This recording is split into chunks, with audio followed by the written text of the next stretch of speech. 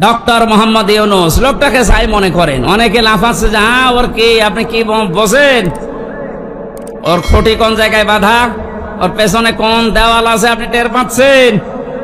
বিভিন্ন ইস্যু তৈরি করে মাঠে ময়দানে নামেন আর বাড়ি ঘেরাও করবো, বাড়ি ঘেরাও করবো। আরে ভাই ইউনূস কি আপনি এখনো টের পাননি?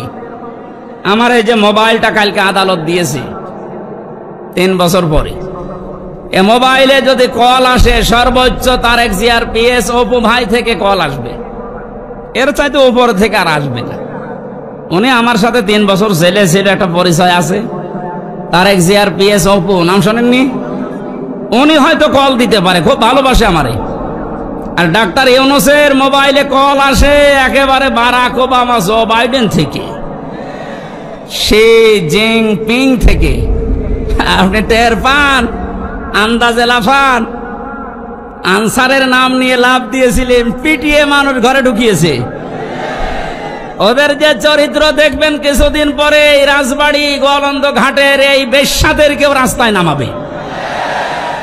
ওরা এটাই চালাচ্ছে এখন, কিচ্ছু ছিড়তে পারবেন না।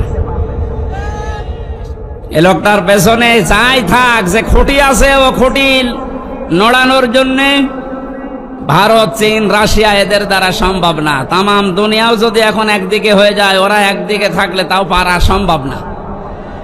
বাস্তবতা ওইটাই বলে। মানে ক্ষমতা নেওয়ার পর দিন থেকেই ঘোষণা দিয়েছে এদেশে অন্যান্য ধর্মীয় অনুষ্ঠান যেভাবে চলে, পূজা পার্বণ কোনো অনুমতি লাগে না। আল্লাহর কোরআনের অনুষ্ঠানে এদেশে কোনো অনুমতির প্রয়োজন আর কোনো দিন হওয়ার দরকার নেই। ওনার জীবনে কি আছে না আছে আমি জানি না। আল্লাহ যদি ওনাকে মাফ নাও করে, এই কথাটার কারণে আশা করছি মাফ করে দেবে। যে লোকটা কোরআনে কারিম এভাবে ওপেন করে দিতে পারে, যারা উন্নয়নের রোল মডেল করছিল, কি করেছিল তারা আরো 144 ধারা জারি করে কোরআনের আলোচনা বন্ধ করে দিত। এজন্য কাফেরদের সাথে আত্মীয়তাও বন্ধ করা লাগবে। আমার বংশের 100 জনের 98 জন এরকম ছিল।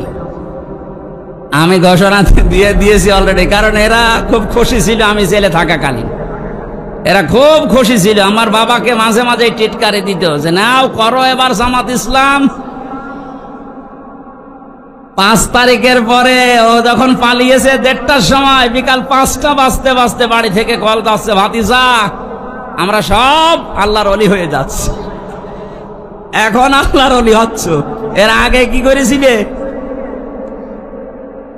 কাফেরদের জানাজা পড়া জায়েজ আছে।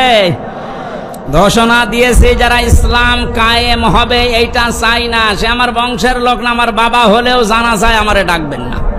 কারণ ওর জানাজা হামজানা, কাবা শরীফের ইমাম পড়ালেও জাহান্নামে যাবে। মানে কাফের যারা, এক কথাই বলছি, ইসলামের কোন বিধানকে জানার পরে যারা গোপন করে রাখে, এরাও এক প্রকার ডিজিটাল কাফের। আর এই বাংলাদেশে এটা সবচাইতে বেশি। এই কথা বলছে না কেন?